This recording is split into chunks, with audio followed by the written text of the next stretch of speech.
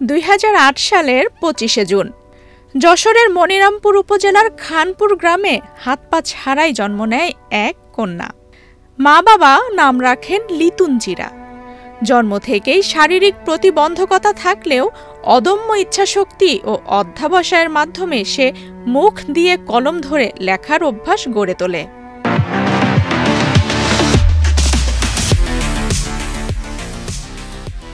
লেখাপড়ায় অসামান্য প্রতিভার স্বাক্ষর রাখে সে। বিশেষ করে 2019 সালের প্রাথমিক শিক্ষা সমাপনী পরীক্ষায় সাফল্যের পর আলোচনায় আসে লিতুন। যখন আমার 5-6 বছর বয়স, তখন আমার পাশে মসজিদের মক্তবে আমাকে ভর্তি করে দেন বলতে আমার দাদি আমাকে নিয়ে যেতেন, সেখানে পড়তাম।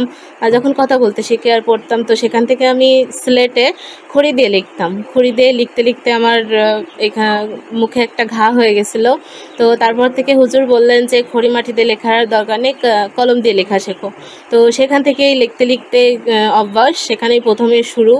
লিতুনের এই প্রতিভা ও সংগ্রামের কথা জানার পর মানবিক সহায়তার হাত বাড়িয়ে দেয় দেশের শীর্ষ শিল্পগোষ্ঠী বসুন্ধরা গ্রুপ। 2019 সালে গ্রুপটির ভাইস চেয়ারম্যান সাফিয়াত সোবহানের নির্দেশে লিতুন জিরার পরিবারের হাতে 5 লাখ টাকার চেক ও বিভিন্ন উপহার সামগ্রী তুলে দেন বসুন্ধরা গ্রুপের ডেপুটি জেনারেল ম্যানেজার রেদওয়ানুর রহমান। এই সহায়তা লিতুন জিরার স্বপ্ন পূরণে একটি গুরুত্বপূর্ণ মাইলফলক হয়ে দাঁড়ায়। আমার পাশেই প্রাইমারি স্কুল, খানপুর সরকারি প্রাথমিক বিদ্যালয়ে, সেখানে প্রথম শ্রেণীতে ভর্তি হই। প্রথম শ্রেণী থেকে পঞ্চম শ্রেণী পর্যন্ত প্রতি ক্লাসে আমি ফার্স্ট হয়ে এসেছি। এরপর 2019 সালে পিএসসি পরীক্ষায় অংশগ্রহণ করি। সেখানেও একটা ভালো ফলাফল করেছিলাম, আমি জিপিএ 5 পেয়েছিলাম এবং বৃত্তি লাভ করেছিলাম। তো সেখান থেকে আমার পরিচিতি, সবাই আমাকে চেনে, পুরো বাংলাদেশ আমাকে চেনে। আর এই সাফল্যর জন্য আমার পাশে এসে দাঁড়িয়েছিলেন বসুন্ধরা গ্রুপ। তারা আমার বাড়িতে এসেছিলেন, খোঁজখবর নিয়েছিলেন, আমার পড়াশোনার দায়িত্ব নেওয়ার প্রতিশ্রুতি দিয়েছিলেন এবং তারা আমার পড়াশোনার জন্য আর্থিক সহায়তা করেছিলেন, 5 লক্ষ টাকা দিয়েছিলেন। সে টাকাটা এখনও আমার ব্যাংকে রাখা আছে আমার নামে। প্রতি মাসে একটা সঞ্চয় আসে, যেটা আমার প্রাইভেটের জন্য খরচ করা হয়।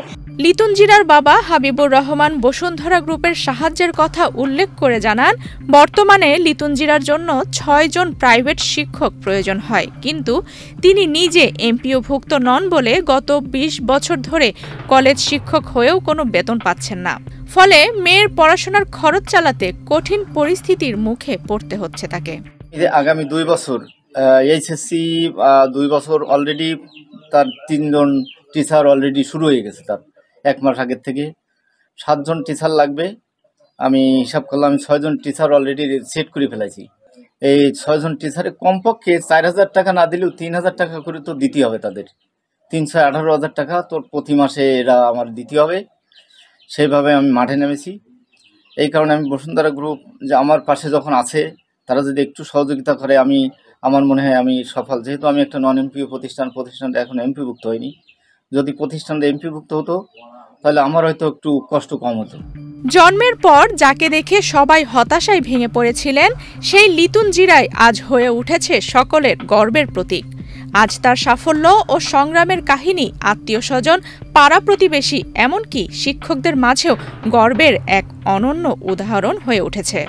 লিতুন আমাদের ছাত্রী। এবার সে 2025 সালের এসএসসি পরীক্ষা দিয়ে সকল বিষয়ে কৃতিত্বের স্বাক্ষর রেখেছে। সে A+ পেয়েছে।